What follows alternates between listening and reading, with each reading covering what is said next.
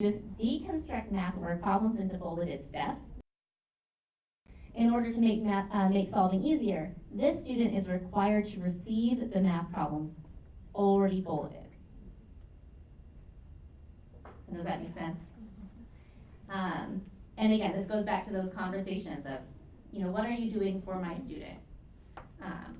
Now, should we do the practice? Do we have time? Yes. Okay. So take a look at, so we have 2 blank ones in there? Yes, there's 2. One is for reading, and the other is for speech. And so you can choose which one you want to do. And so what we did is we filled out just the modification. Neither of them have a modification of projects. The evidence-based practices to be used, and then we left the specially designed instruction and the statement of SDI blank. And we'd like you to work at your tables to try and delineate what would be that SDI. Does that make sense? Did I hear no?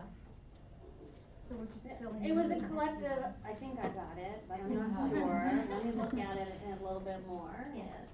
So we get a very basic information about the student and some evidence-based strategies that you're going to use. And so as the special educator, how is that student going to receive specially designed instruction? So what elements do they need for that?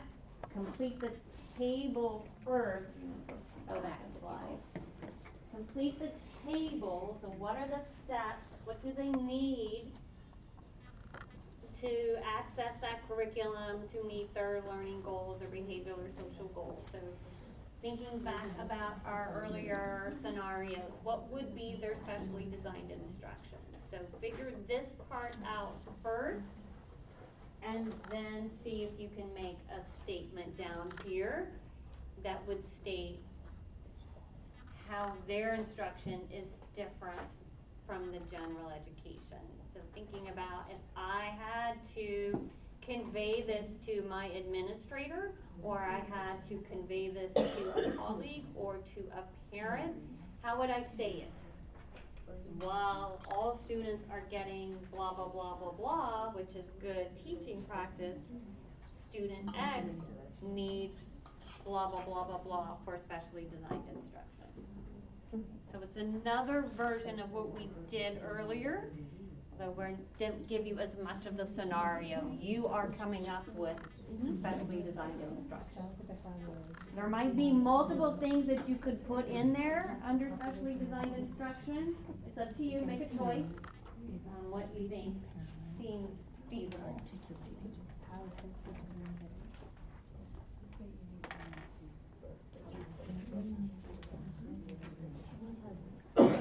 modeling language, showing visuals to from talking.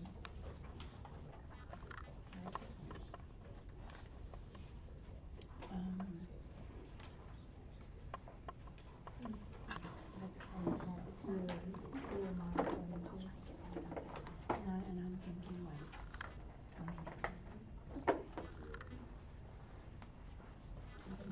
articulation.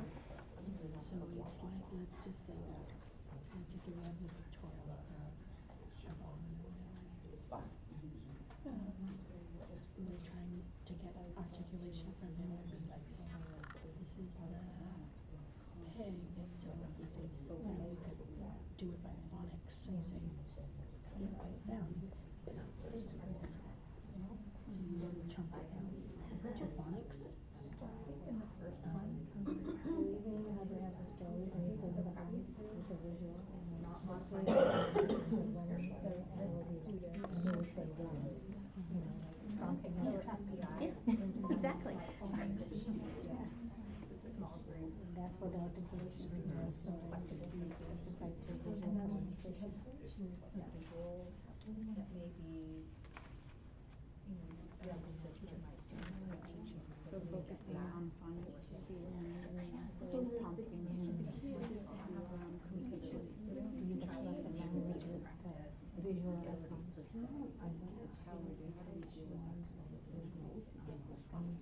What do you think Piers can say instead of writing. Yeah. If you want to write out, then you can say, oh, she knows the big, so it's like draw. Very seldom is your reading, but it could be instructional. Because I know that every time all the kids that he circled, then they naturally hide. Oh, I know.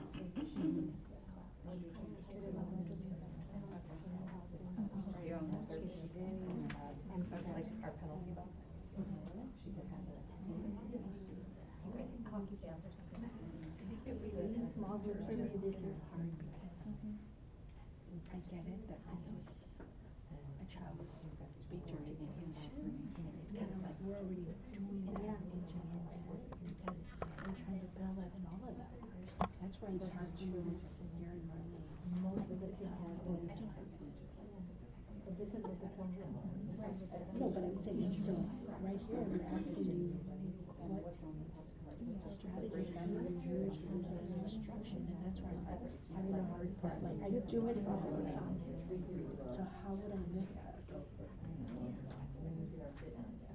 How do I embed the SDI? So I guess it would mean that, I don't know.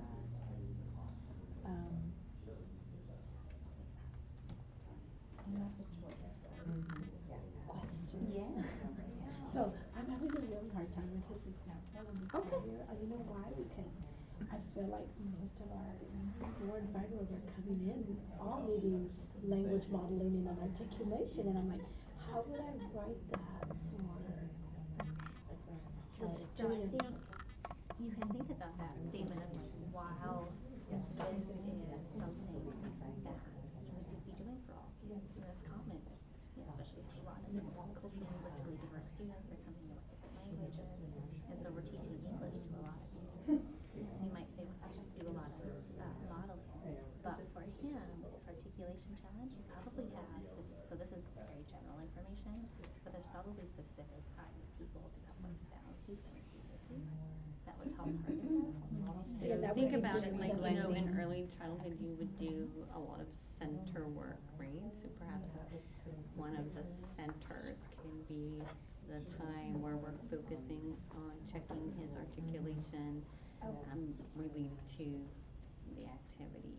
You know, he names the objects or the materials or labels the pictures.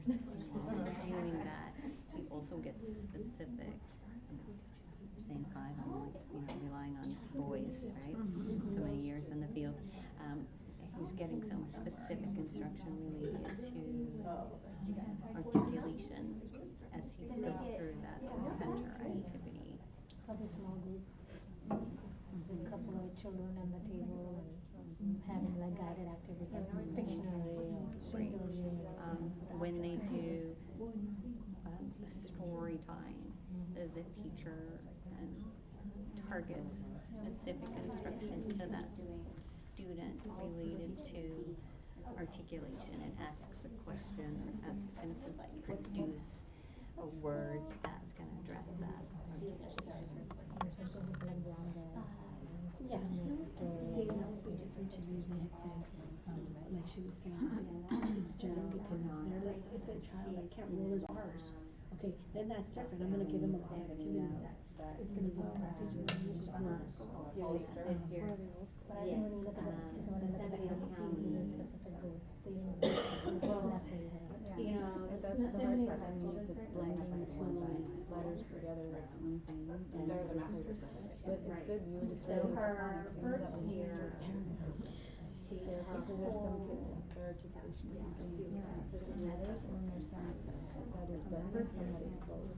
There's a whole year done with her. There's so many versions of This year, I just wrote down using phonics, complement to speak with visuals and sentence word. That's more peer mentoring and partnering. Small group time specifically for articulation activities, and then large group specific, addressing specific questions to address his articulation needs. So I really like the last 2 samples that she used because I really do feel like that language is important. Let's take about 1 more minute. Teachers are very creative when they're small group. Just making sure that they ask those specific questions and they can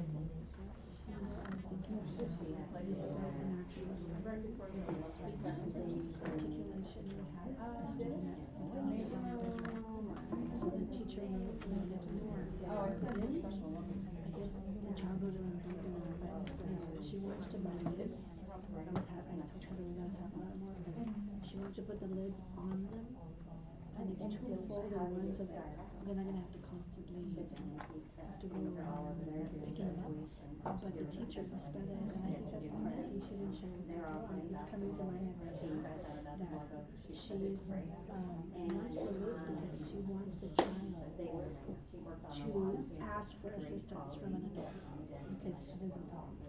So there's an intention behind it. That's what I'm saying, so see. And that was 30 more seconds? For 30 more leaving seconds. now and getting where she wants to move, that is make the child go ask an adult. Now where is I she want this teaching now? happen. That's part of the And school. see, and that's why we're telling them that what's lacking right now is our planning between our specialty to, I don't know if to say general, because it's not, but. Okay. Let's go ahead and come back together. And I know we had this group in the back, they actually changed the scenario to match their situation, which is excellent. Does anybody want to share, who did the first box, what specially designed instruction you identified? Do we have all examples on there? Or just? No. Oh, okay. So the first one was the, Learning disability in the area of reading, and the SDI is going to be during science instruction. did anybody work on that scenario? Yes, you did, our colleague here from Morgan Hill. What'd you come up with? I don't teach science, but I guess I kind of looked around ideas to help with like vocabulary, since it's a major component. So if possible, like access to like audio programs that can make the text as an audio component, so they can work through the text a bit easier without having to solely rely on just reading on their own. With the visuals, like trying to make like a visual list of vocabulary terms, so they can use that during class to access material and summarize their thinking. Then can't read my own handwriting. That's okay, I'm the same way. Yeah, like access to like games, like playing like Quizlet Live or different ways to get the repeated practice. I guess I kind of just focused on vocab. No, That's fine, that's fine, absolutely fine. So what did you come up with your statement then? Oh, I don't know. I kind of struggled with that. I felt like I kind of just said everything in sentences. And that's okay. Yeah, all right. I said they'll make use of audio programs or friends reading instructions or teachers reading instructions on all assignments. Marcia will have problems that regularly have pictures and visuals included in all their work, so they can have them to refer to. And I said they'll practice playing games as well. And I saw some people flip over, I'm not sure if you guys noticed, but we had sample responses on the back and the next page. Didn't tell you that because you came up with other strategies, other ways of delivering SDI that would meet the same needs. So you use technology more than my SDI did. But I like the way, you had very specific. Strategies that the student was going to use, and you phrased it in your statement at the bottom, even though you didn't think you did, but you essentially did. While all students could have access to pictures and technological supports to develop vocabulary, for this particular student it was required. In every lesson, they were going to receive those picture supports and special links to the technology that they were supposed to use. So that becomes a specially designed instruction for that student. So if you actually take the learning disability that impacts reading and take it into a physical education standpoint, you still have task cards, you still have pictures, you have physical demonstrations. You have the read out loud by your peer buddy that breaks down the skill so that they are doing it correctly. And there's just more review and practice time also, so you can transfer that straight to physical Yeah, education. because what subject do we not read it? Like, you know, like, yeah, you read in all instruction, or in all courses, and so any of these strategies would also apply to PE, art, music, whatever the student's going to be in. And so this can also be really helpful if, so I know this group back here is doing co-teaching in PE, but sometimes PE gets overlooked for our specially designed instruction. And so having this sort of statement can really help our PE teachers who are working on including our students with IEPs. So moving on to the second scenario, this is a 5-year-old with a speech impairment, and describing how we might embed SDI throughout their lessons for this student. And now we know that children don't have full articulation until usually 7 years. So it is common to be working on these articulation goals for all kids. But this student has more significant impairment. So yeah, does this group, I know you were working on it, does anybody want to share? It's okay, we're among friends here. Yeah. We're all learning. We're sharing Any ideas? opportunity. Sharing opportunities here. Do you want to see it? So we came up with helping Martin use phonics, prompting him to speak with the visuals and use like sentence strips. So here is A, and I have a picture of a ball and say ball. Peer mentoring and partnering, especially in small groups. And then large group specific and large group has specific questions to address for his articulation. So whether they're reading a book or puppet telling or storytelling or whatever, just asking him the question and he can, finish the sentence. Anything else? Did you want to do the bottom portion? What's that? Do you want to do the bottom portion? I was attempting to do the bottom. Okay. I just have, language modeling and speech articulation is important to all 3 to 5 developing language children. This student will require specific questions in small groups to provide opportunity for them to respond and to articulate and respond. And then I had maybe an activity would be naming games of objects that will provide the student to pick it out and say it. So very simple, just 1-word responses. And so monitoring how much language, because even though we're working on it, even though all early childhood educators are working on language and communication, for this child, we know that, or we're assuming, because we don't have much information, that we're not going to be able to get a whole sentence.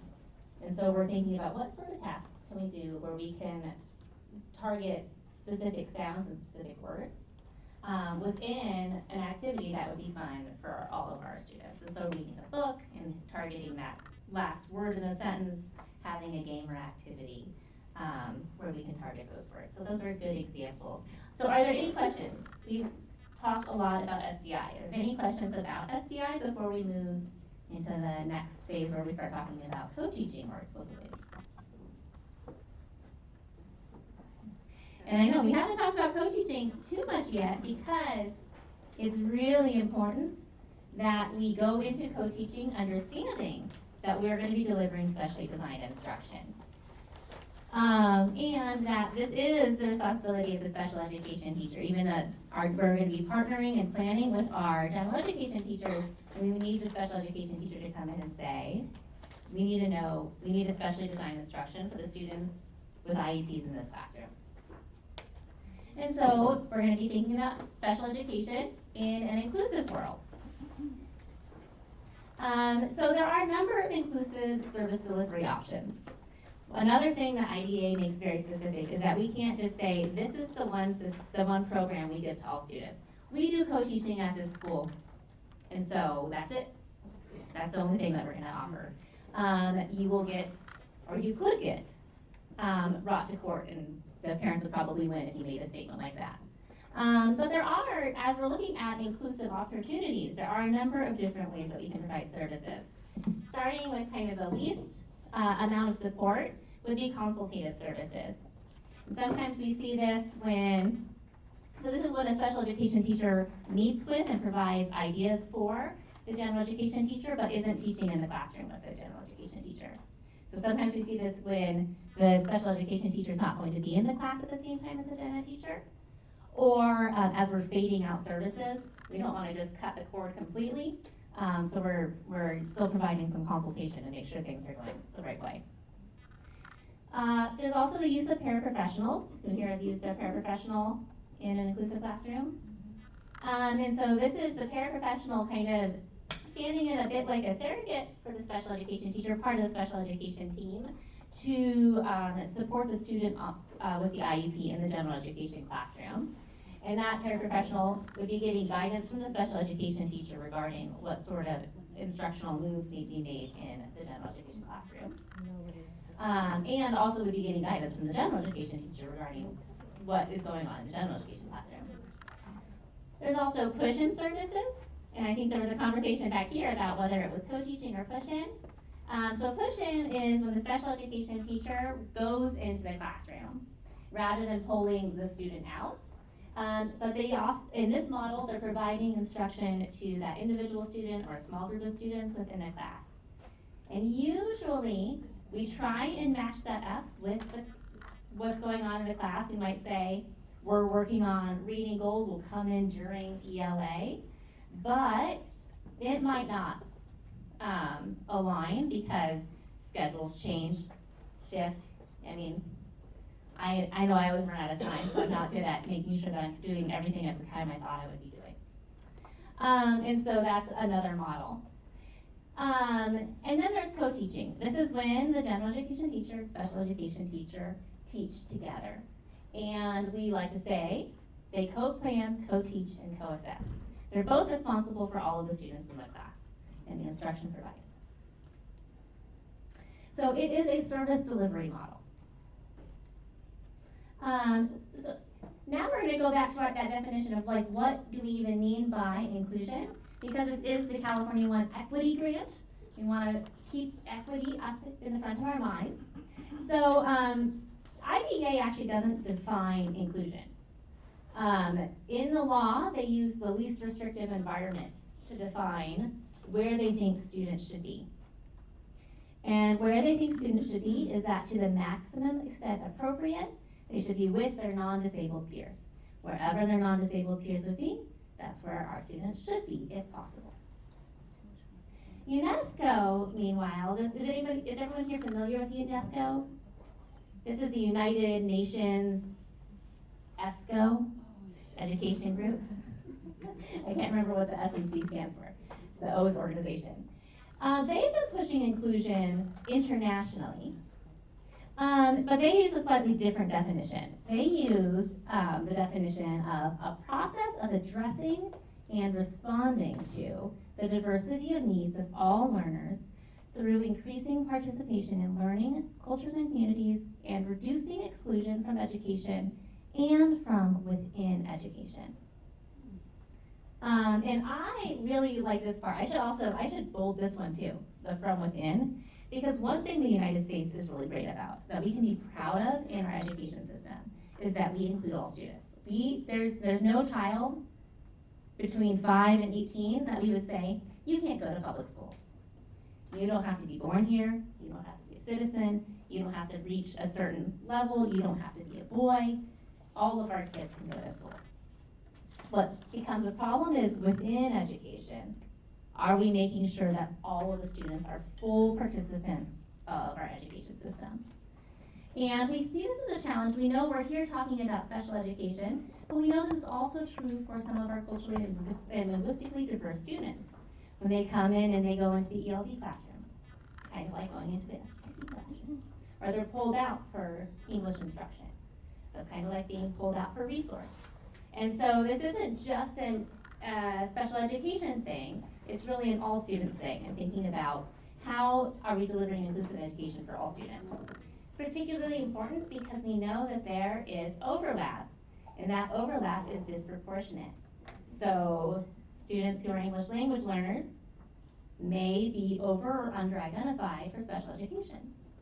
students from impoverished backgrounds may be over or under identified for special education. And I say over or under because it's different across different districts and different states. And different disability categories. And different disability categories. So Artiles and Dyson, I really liked what they talked about in this, what is inclusive education? How are we defining it? And they said oftentimes we like to talk about it kind of using this LRE definition, this one goal, one path, and then we'll say like, oh, they're like much further ahead on inclusion than we are, or like they're way behind the times back there, as if there's one way forward. But if we look at that UNESCO definition, there's multiple goals and multiple paths, and we want to be paying attention to our systems that are being created, that all of those paths are extending equally. And one thing that we know right now is that students who are African American or Hispanic are more likely to be in a segregated special education program compared to their peers who are white or Asian with the same qualifying characteristics. And so that's where we need to say, wait a second, are we having a system that maybe is looking at the language that they speak and saying that that language that they speak is putting them in, consciously or unconsciously, into a more segregated setting. And so this brings up the issue of intersectionality, which has become a hot topic just politically in the past several years. And I think that this is useful for us to think about from our social justice perspective in special education. So the term was originally defined by Crenshaw in 1989. She's a lawyer, she's not an educator. And I was really afraid to read this article because lawyers are not known for writing things that are accessible. I was like, oh no, it's a law journal. Actually, it's really accessible, and I encourage everyone to read it because it made this concept that I've heard about that seemed really tricky and thorny, intersectionality, really easy to understand. So she described at the time the anti-discrimination law, and that was based on discrimination of Black people and anti-discrimination law based on the discrimination against women and how this had actually worked against Black women. Because, and this, like, seriously, read it, and you'll be like, I cannot believe judges had these decisions. The decisions that the judges were writing would be, you brought this discrimination suit against your employer saying that you were being discriminated against because you're Black. Well, no, it was because you were a woman. And so because you didn't have standing in this case, we're throwing the case out. So they're saying that you're being discriminated against, but it's not because you're Black, it's because you're a woman. And then you say, okay, well, let's do it because we're women. And like, oh no, it's because you're Black. You know, and so it was really erasing this experience of Black women who were finding themselves in particular positions that were being treated in particular ways compared to their white or to their male colleagues. And so anyway, I get so excited about this article. We want to keep this in mind and thinking about, are we making sure that these systems that we're designing within our schools are capturing that intersectionality. We're not trying to break students up and say, this is your disability, this is your culture, this is your language. We're going to treat them all separately when we really can't, because they're all embedded within the one student. So we want to think about co-teaching to support all students. So general education teacher and special education teacher collaboratively instructing a class of students with and without disabilities. In this system, we want to make sure the two teachers are considered equal for the time that they are together. To co-plan, co-teach, co-assess. You remember one thing. This should come out as the co-plan, co-teach, co-assess for co-teaching. And we can use a general education teacher as our content expert. General education teachers learn a lot more about the content that they're teaching than special education teachers, usually, unless it was a gen ed teacher who became a special education teacher. While the special education teacher can be the strategies expert, the special education teacher, as part of their preparation, really should have learned instructional strategies. And all students get help they need while remaining in the general education classroom, or, as our colleague said, in the classroom. just the one. And so to do this, to make sure that we are teaching all students, as you saw in those scenarios, sometimes kids without IEPs weren't getting the support working with the special education teacher or the general education teacher. And we have some models that Lisa is going to cover of how can we provide that instruction. Oh, and there's a handout for this. Hold on. There's a handout with the. This is just, I mean, it's very brief. Oh, okay, we'll go through that. So we have 6 core models of co-teaching. So let's kind of do a little bit of walkthrough on these, and then we'll go in a little bit more in depth with each one and when you might use the different models. So they're kind of all squished together on this graphic here, but if you can take a look at this first little top left section there, you see that model is called One Teach, One Drift. And these green semicircles, that's representative of the teacher. Right? So we have one teacher here at the top, the front of the room. So one teacher is doing the instruction, and the second teacher here is drifting around and assisting students. So sometimes you also see that as one teach, one assist, right? And so one doing most of the instruction, the second teacher assisting. And we'll go into these models a little bit more in an upcoming slides. Then here in the top middle, we see what is commonly called team teaching, where both teachers, the general education and the special education teacher, are at the front of the class instructing together. Then in the top right, we have what's called parallel teaching. And so if you look at this class, you see one teacher on one side of the room and the other teacher on the other side of the room. And they're actually covering the same content, doing the same instruction, but each is doing it to half of the class. So it's occurring parallel at the same time. At the bottom left, we have alternative teaching, where we have the one teacher giving instruction to the bulk of the class and the other teacher doing a smaller group. When we say alternative, that's usually on some alternative piece of instruction. Here in the middle, we have one teach, one observe. So somewhat like this model, where we just have the one teacher at the front, but the second teacher is doing some very specific observations. So they're not just drifting around and assisting, they're doing observation. And this would usually be done for some sort of data collection. And then the last one is what we would call station teaching. We typically see this as 3 stations, but it could be 4 stations or 5 stations if you are brave enough to have 5 stations in your class. But each of the teachers are taking a station, and there is usually a third station that is students doing independent work. So kind of breaking these down a little bit,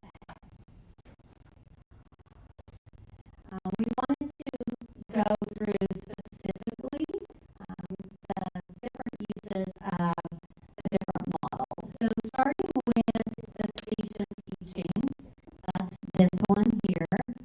So we have 2 teachers at each taking a station. When you're doing station teaching, they're going to be teaching different content. And then the third station is where the students are working independently. The students will rotate through all of the groups. The recommended use for this model is frequent. So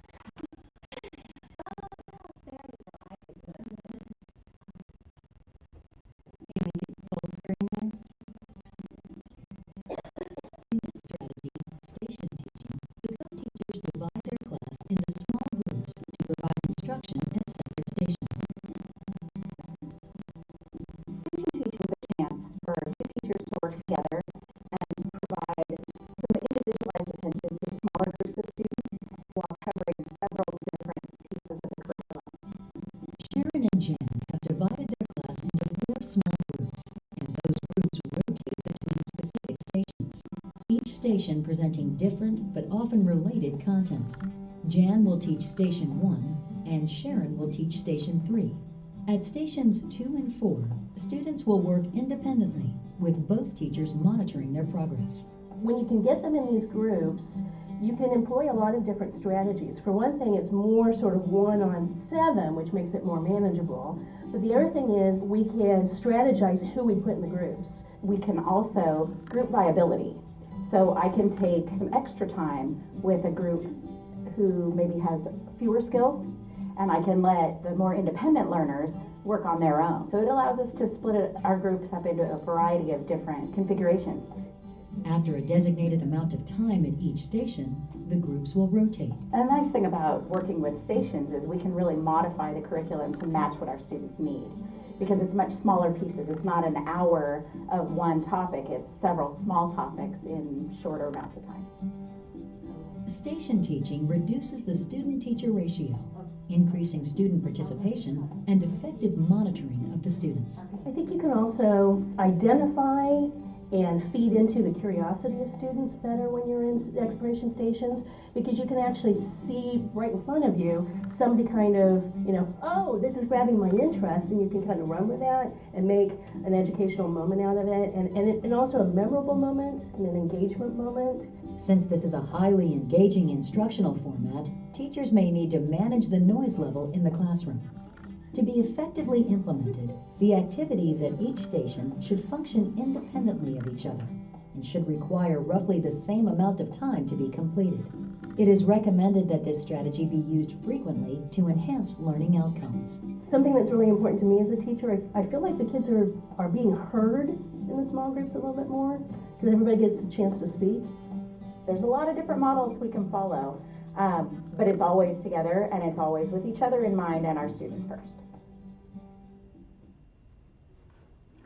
All right, let's do a quick turn and talk. So they hit on a few things there. Let's see if you can talk with your elbow partner while we try to get this back.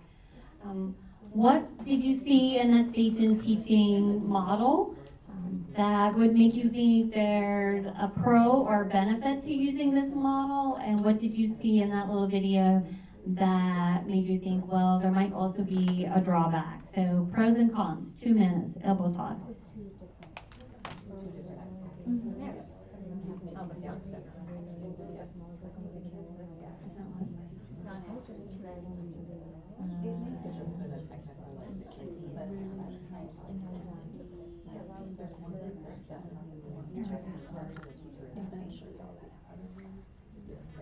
I talked about cons, but the only con I can say is before when in the summer when I was trying to is that this did come up with station teaching, and some SDs felt that it wasn't something that we could do in the small group, whether you're too old and things like that. Like we're trying to escape. I really still like the idea of giving them those group settings, which we still establish small sessions and competitions, which is very similar when addressing this activities type of method. The teaching model is being more intentional for what it looks like in the classroom. I don't want them to not try to use a model because they use the real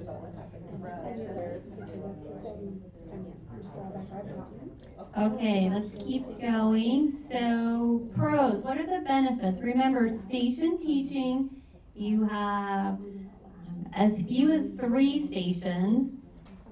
In this particular video, they talked about 4 stations, so they had 2 independent stations. I think they're pretty brave for having 2 independent stations. I think if I was just starting out, I'd want to have my 2 teacher stations and my 1 independent station, but you have to know your students and what might work for them. So station teaching, what are the benefits of using that model? The small teacher-student ratio. Student to teacher ratio is much smaller, right? So we're getting the benefit of both of those teachers in the classroom and reducing the ratio of our students that we're working with. brain breaks for our kids who really struggle to stay on one task for a long time. Right. So she calls it brain breaks, but essentially it's breaking up the tasks, right? We have a lot of different activities for our students to move through during the given time period. They're not just doing one activity for the whole block of lesson. What else? Which increases engagement. Increase student engagement, right? Lots of activities and keeps the students engaged in what's going on. Can you see yourself delivering specially designed instruction in a station teaching model? Absolutely. Absolutely, right? We have good teaching practice, but we also have an opportunity to do some specially designed instruction. Both the gen ed teacher and the special ed teacher are running one of those stations. Okay, so then what would be the drawback of using that model? It gets loud, right? They did talk about that. It gets loud. So you have to make sure you have some way to monitor that. And sometimes those transitions moving is two different species. Right, so when you're doing a station teaching approach, you're gonna have a lot of transitions, right? Students have to go from 1 to 2 to 3. So you might wanna do some pre-teaching on what it looks like to transition and how that works.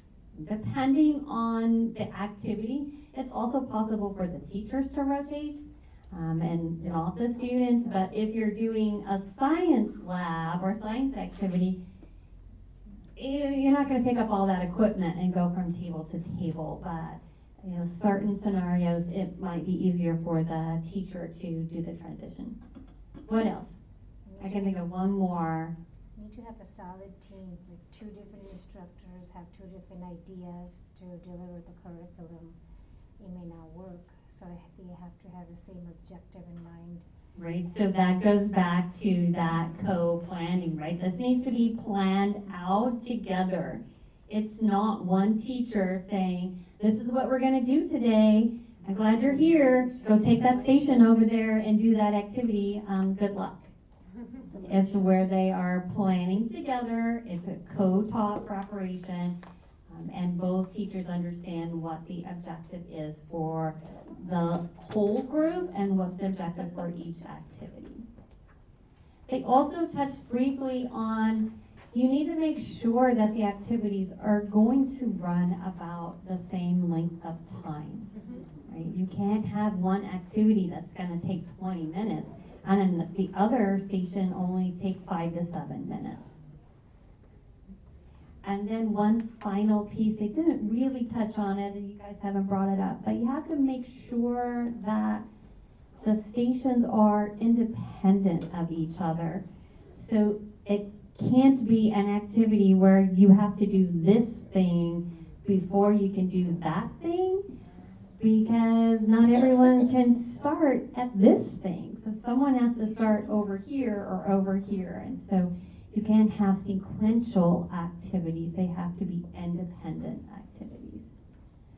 All right. But I like that you picked up on the fact that you get a much smaller teacher ratio. So this is an type of co-teaching that we'd want to see you do often. All right, let's move on. This one is parallel teaching. So again, both teachers teaching the same content to half of the class.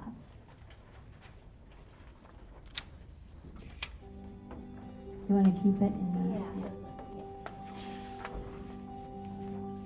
In the parallel teaching strategy, the co-teachers divide the class in half and instruct them on the same material.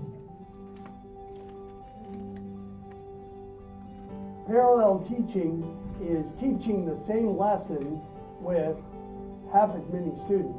We divide that up so that children have more airtime and more teacher attention. Really draws them closer to the subject area that they need to be engaged in. So we go from 22 students down to 11 students in each group. The primary benefit of this approach is that the student-to-teacher ratio is reduced. thereby allowing the co-teachers to maximize participation and minimize behavior problems during teaching. Allows for better thought out answers. The children have more time to think about it. And one of the things I like about it too is that some kids, they kind of want to hide. And when we have them in a smaller group like this, there's less chance for them to hide. It's just nicer always having a smaller group to be able to have more rich discussion and vocabulary from the students. In this class, co-teachers John and Michael are using table groupings to divide up their classroom. This will reduce the student-teacher ratio, and it will also increase instructional intensity. The table groupings aren't random. They're grouped according to kind of a heterogeneous grouping, so that we have a good mix of EL students and higher and lower performing students. With this approach, teachers will have to maintain control over the noise level so that the groups do not get distracted. In addition, timing is a critical part of this strategy because both teachers need to take roughly the same amount of time to complete the instructional segment. Teachers should try to use this strategy more frequently to allow for maximum student participation in the learning. Usually when we're doing parallel teaching, that time can vary, but the attention span of a kindergartner is relatively short, and so from start to finish, you're looking at about 15 minutes. Parallel teaching's a great methodology when you want to focus on the deeper instruction or deeper learning just because of the small group. We're able to pay closer attention to the details and catch kids before they fall out the bottom. For today's purposes, we found it most convenient to divide up in those familiar groups that they normally work in, and it works very quickly, and they're right at home. Okay, turn and talk. 2 minutes with your LO partner. What do you think about parallel teaching?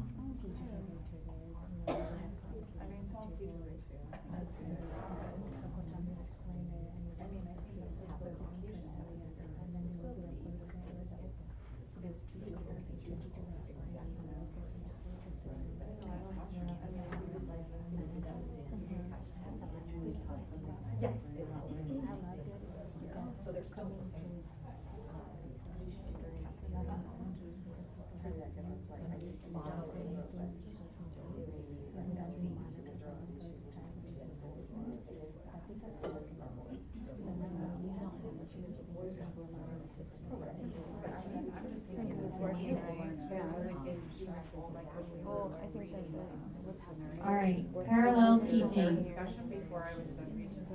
What are your thoughts? What would be the benefit of using parallel teaching? Do you think you could do it? Have you done it? You have done it? And? The positives is, one of the positives I would have to say is the student-teacher ratio, once again, and the fact that you are in one room and you could just tell kids to move to that room, so it takes away the time to maneuver around. There's fewer transitions. There's fewer transitions, which the kids, I find, definitely need less transitions. But one of the negatives would have to be the talking from the opposite teacher, because it's very hard to focus on what you're doing when you're hearing, especially if the instruction is from one person giving instruction and the other side has already finished and the kids are working. There might be more noise, which creates distraction for the other teacher. So that's one of the...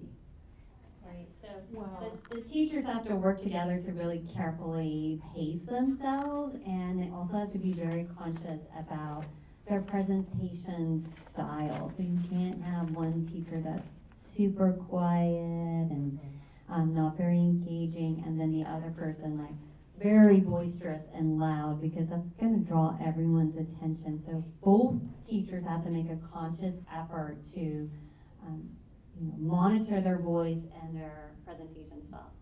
Yeah, and I want to say that for some reason, I find it's more challenging with parallel than station, even though station has the same issue of two teachers talking, kids talking, and there's independent people, they might be talking, because you're talking about the same thing. And one of the, when I was an inclusion coach for the Inclusion Collaborative, I went into a classroom, it was a preschool classroom, they had 40 kids, I don't know. They had the ratio, because you had to follow ratios, but they had 40 kids in this class, and so their plan was to pull into 4 parallel circles with the idea that we're all gonna sing the alphabet at the same time. And it was like, I was so distracted, and of course the kid with the attentional issues is just spinning around in circles.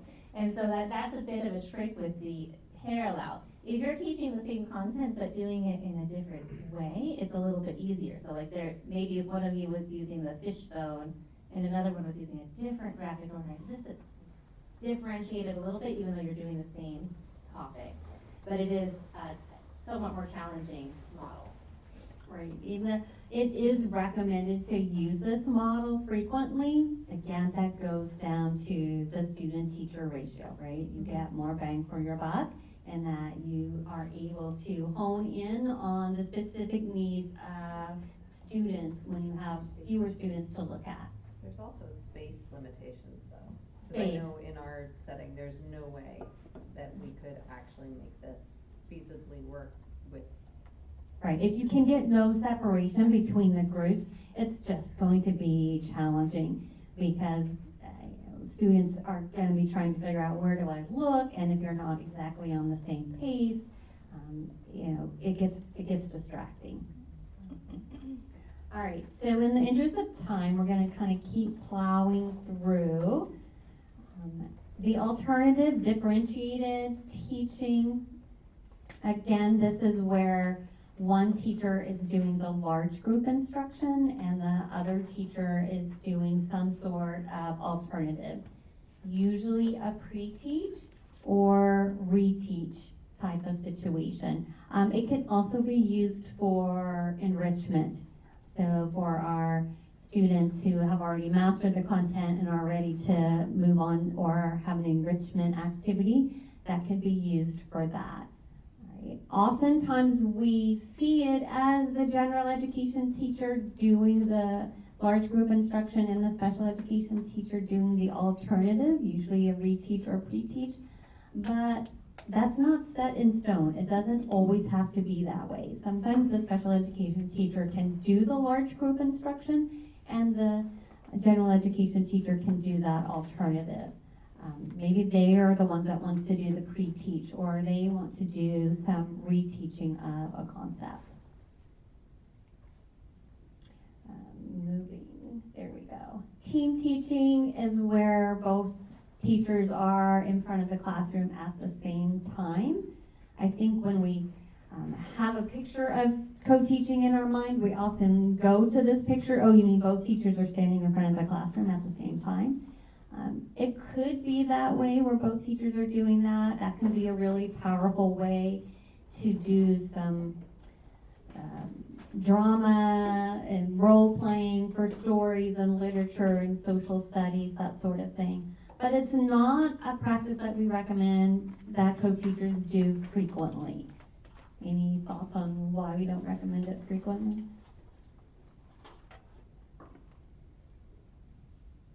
Because it doesn't lower the ratio, right?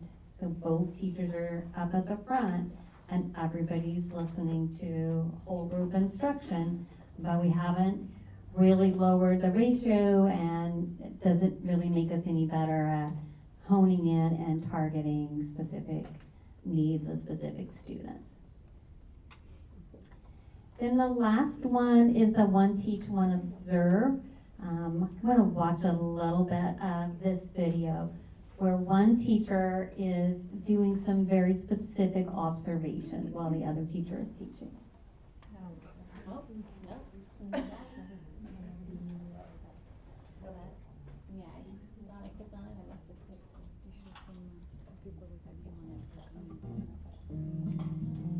Decision-making in classrooms should be based on data. In this strategy, one teach, one observe, one teacher acts as the primary teacher, while the other gathers specific observational information on student learning. In this presentation, the resident is the primary teacher and the mentor is the observer. But these roles can be switched depending on the topic or interests of the teachers. The purpose of the one teach, one observe strategy is basically to gather information or data on a student or particular students while teaching to find the best practices the teacher needs to use to make sure that the student is engaged in understanding or learning. We collect data through their behaviors, how often they're on topic, how often they're not on topic.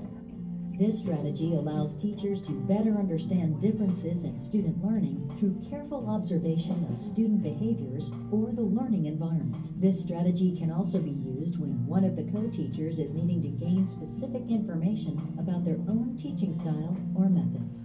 He'll do it one day and then I'll do it one day here and there just to see if he's struggling with the student more so than I'm struggling with the student. All right, so that video gives a nice example of how one teacher can be doing some of that data collection. And so for that purpose, it's a strategy that we think you should use frequently, but for short moments of time. Right? It shouldn't be that for the whole 50-minute block, one teacher is teaching and the other teacher is observing and collecting data.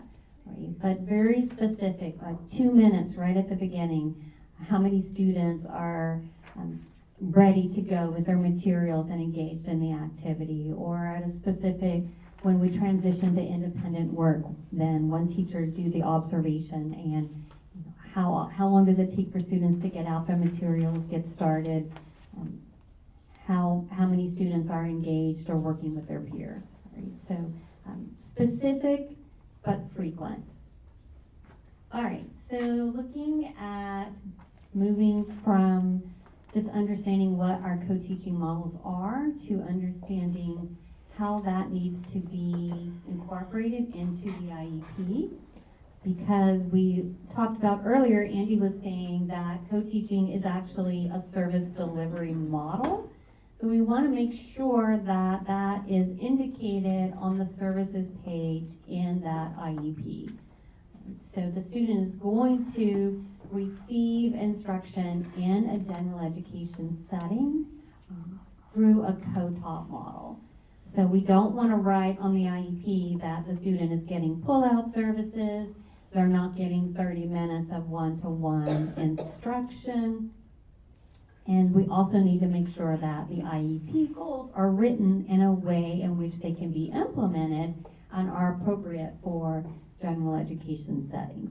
So we don't want isolated pull-out goals for students.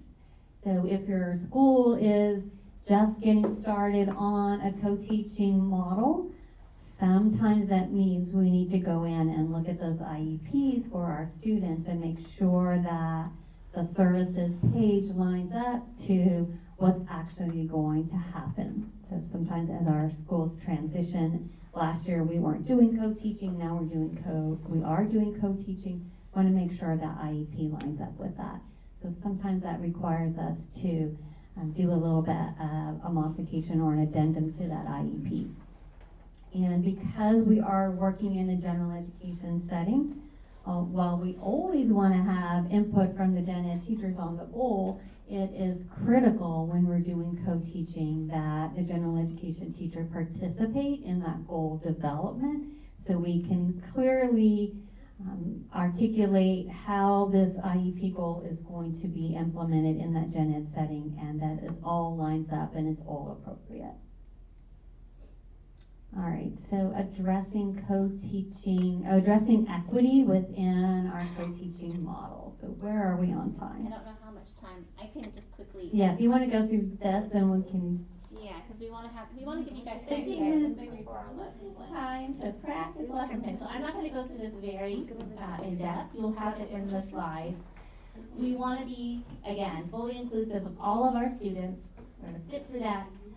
With a colleague of ours that is in the elementary ed or general ed teaching preparation program, we combined UDL, which we are all familiar with now, with a project that he had been working on, which is the English Language and Literacy Integration in Subject Areas project. There's a lot of overlap. If you had glasses and a magnifying glass and could read all of this, you'd see there's a lot of overlap between UDL and ELISA recommendations, although not 100%. So we created the Tier 1 framework, which is designed to be a tool so that if you're working with a general education teacher, a special education teacher, and maybe a bilingual resource teacher, you can have some common language and common goals in a kind of a nice chunked format. Looking at the main areas of contextualizing learning, encouraging self-reflection and monitoring, scaffolding language and content, promoting academic discourse, getting kids to talk in an academic way, and I can't remember the last one is, and supporting literacy development. So there's commonalities when we look at what we recommend for emergent multilingual students and for students with a number of different disabilities and different eligibility categories. There's a lot of overlap. And this is where sometimes that co-teaching model ends up lifting the whole class and not just, even though we are specially designing our instruction for the students with IEPs, these strategies can really support a number of students. So we got that.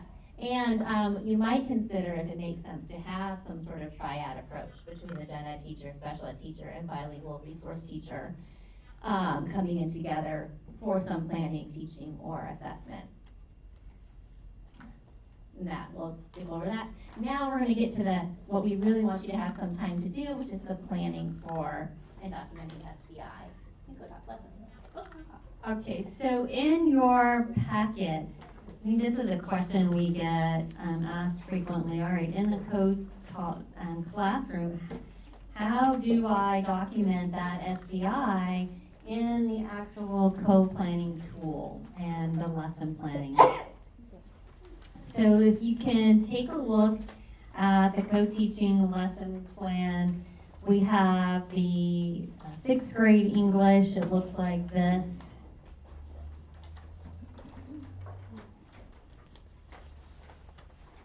That's the general lesson plan that we started with.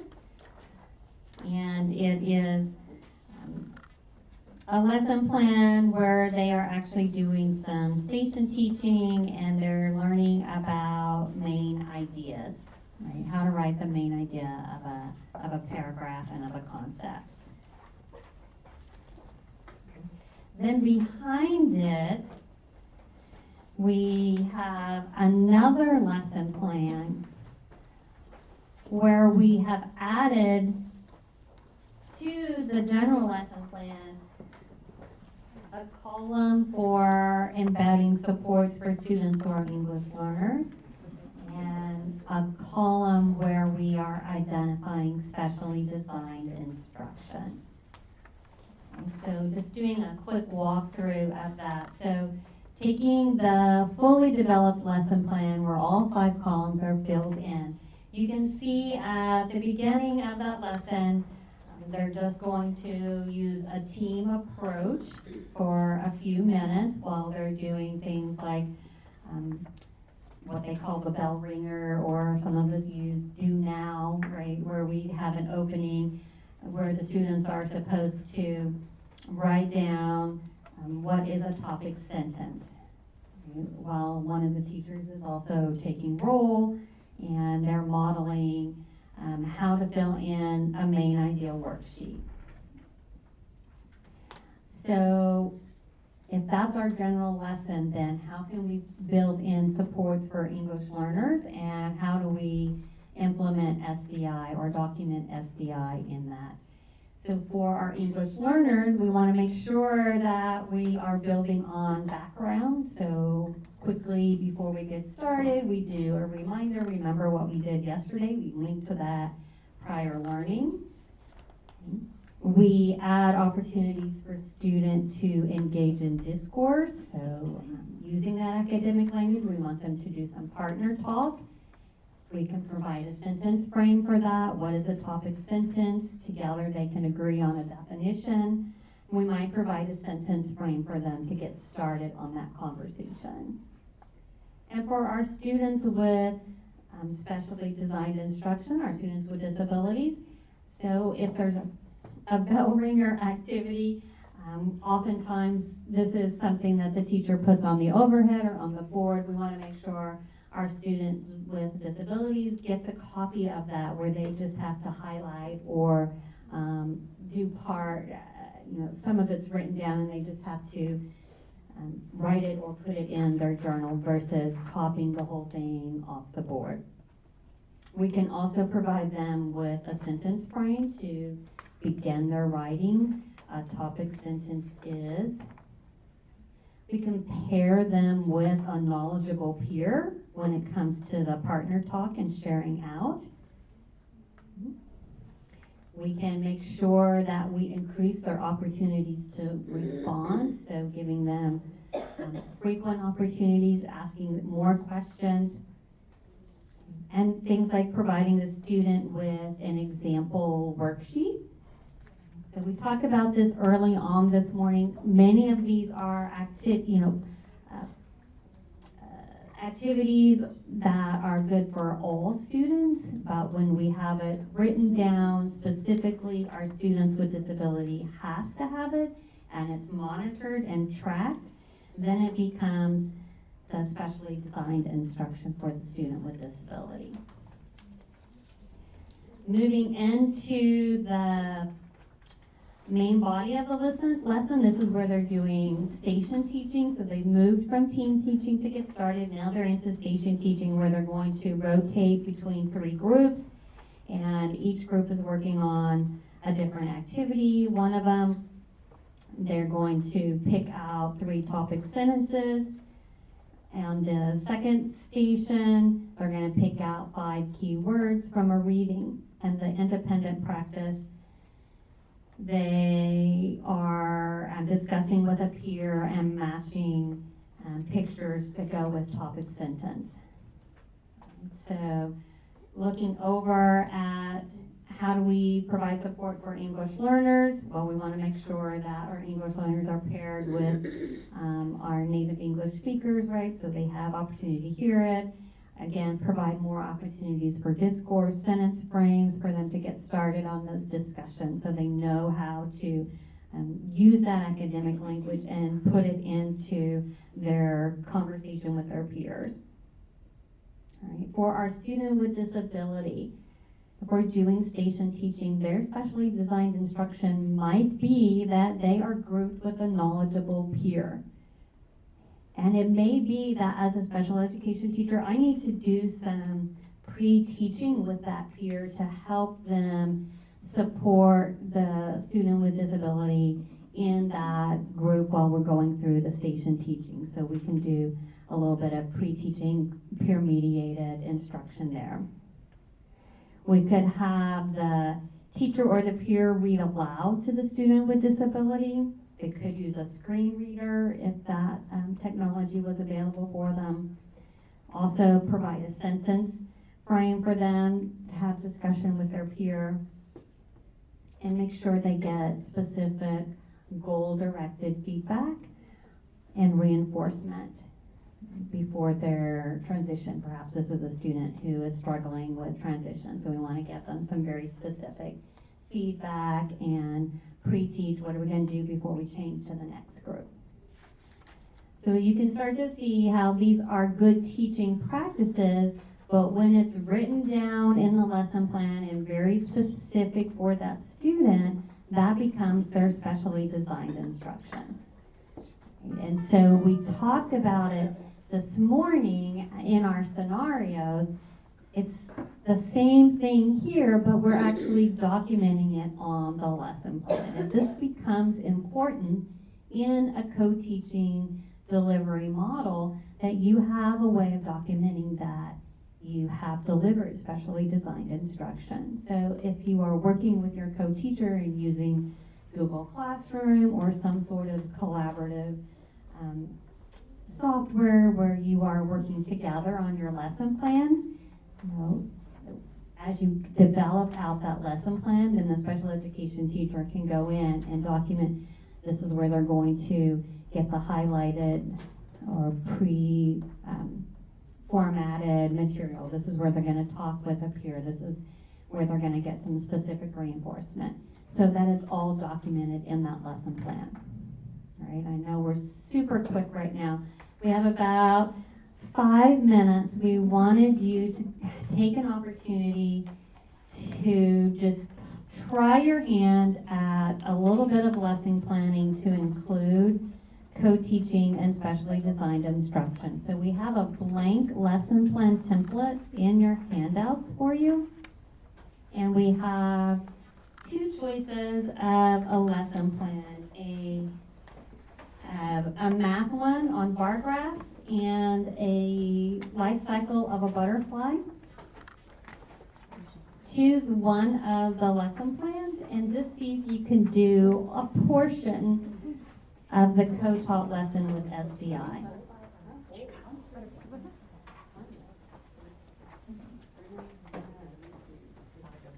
So this is the butterfly?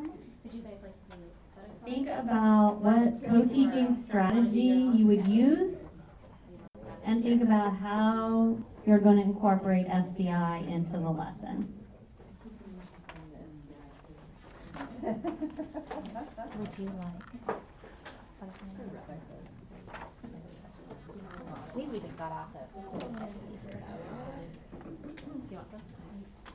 Actually, I'll give you this. These are very, very basic lesson plans. They're not even really a lesson plan. They're more like a list of things to do.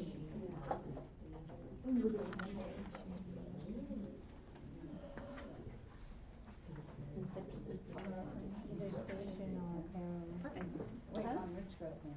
Just type co-teaching either station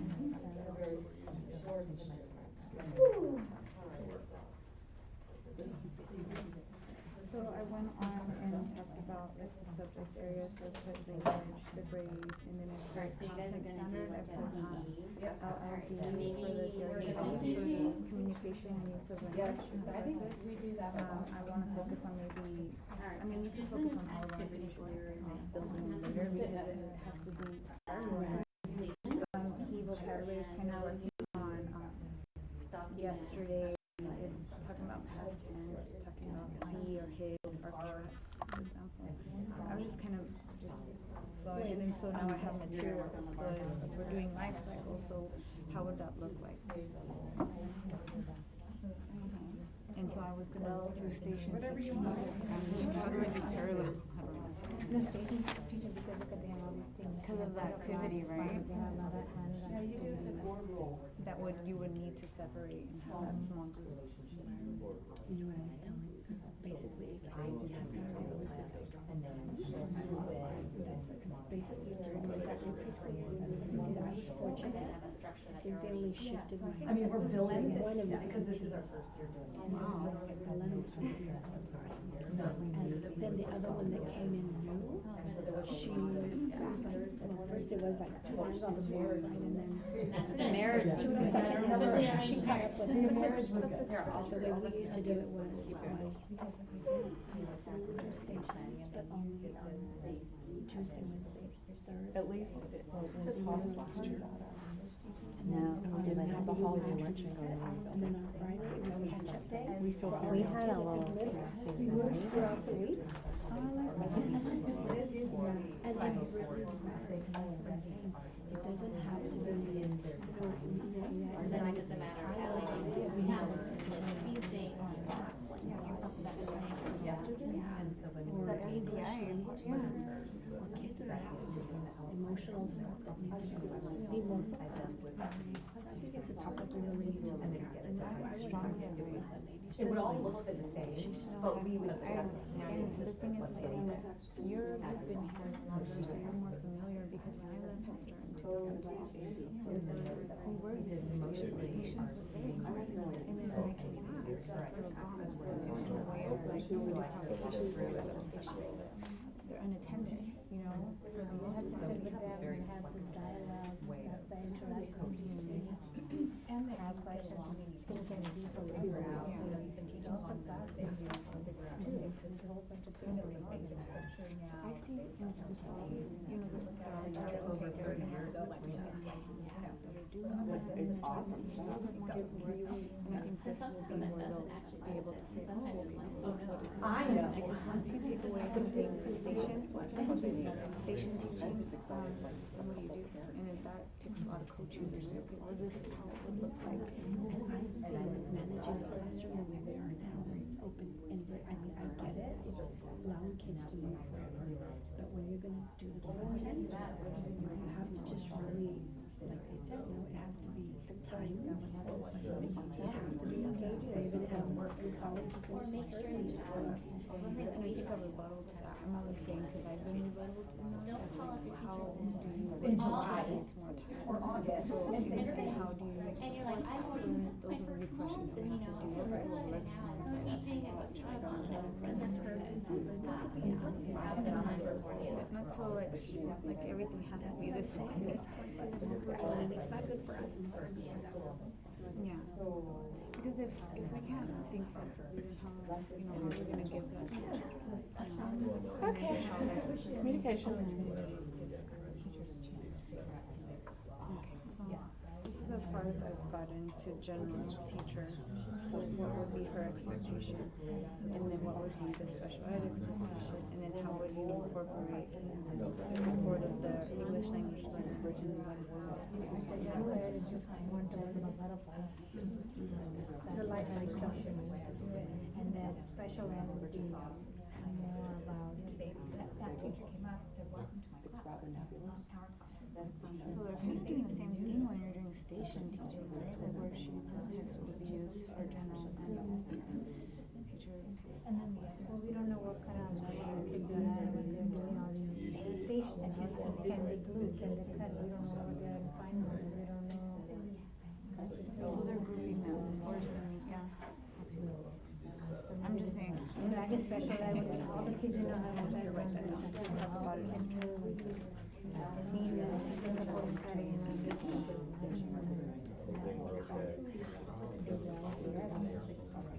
So maybe the general ed will be giving. So to me, this also challenging, I would be like, you could do whole group, that could be general ed. And reading a book. Okay, I know you guys are just getting started on that. We hear a lot of really good conversations going on about how we're going to get SDI embedded into our lesson plan. But we are also very near the end of our time. And I know you guys all have other things to do, and unfortunately, Andy and I have more meetings this afternoon that we have to go to. So, look at how excited they are. Yes, we are. Our department chair is waiting for us. So, thinking real quick, does anybody want to share out one thought they had about how to put SDI into their co-taught lesson?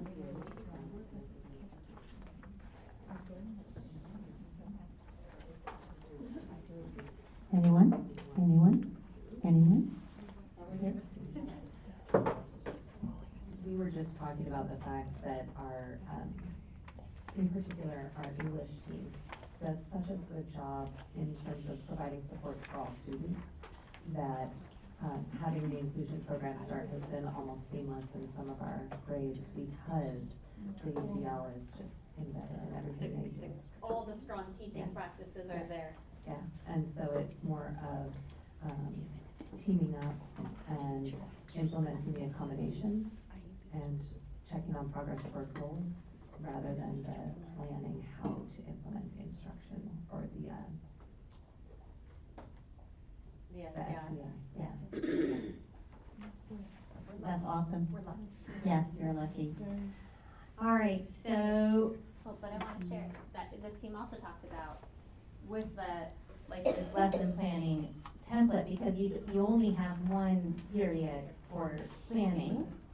And there's lots of other things to do besides just planning for co-teaching.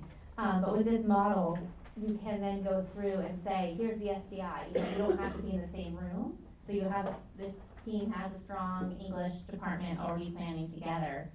The special education teacher might not be able to come to all of those planning meetings, but can extend upon or build upon, or even just highlight where SDI is happening within a lesson using like a Google Doc situation. So I know this morning was kind of a brief overview, 2.5 hour brief overview. Hopefully this gave you a lot of things to go back and think about at your site, thinking about how to implement the co-teach model, and more importantly, how to ensure that students are receiving specially designed instruction within that co-teach model. So take these materials back with you. You have a lesson plan template there, you have the example, you can spend some time thinking about that. If you have questions later, after you get back to your site and you want to email one of us, we're happy to answer any questions you may have. You can always find us on the San Jose State website. Or contact us. Or we have you on contact speed Kathy. dial. Yeah. I have a very easy name to remember, so you can always look that up, Lisa Simpson. You will not spell my last name correctly, so don't. Go to Lisa Simpson. Sometimes people leave pictures on my office door. We share an office. Like a little Lisa Simpson as we come. That's cute. Yeah, yeah. But anyway, thank you. We want to thank you so much for working with us this morning and participating. It's been a very real pleasure to be here with you. Again, we really appreciate you guys doing this. We hope to make it like a institutionalized event. And thank you, Andy and Lisa, for coming. And thank everyone else for coming. We have, we need to collect our data information, so please complete that survey for us, evaluation, and then everyone gets a certificate when you leave. Yay. Isn't that exciting? That is exciting. Settle down. Okay. Thank you.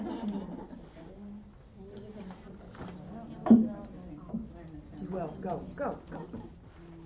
Thank you, Jingling. all the way. All right, so you got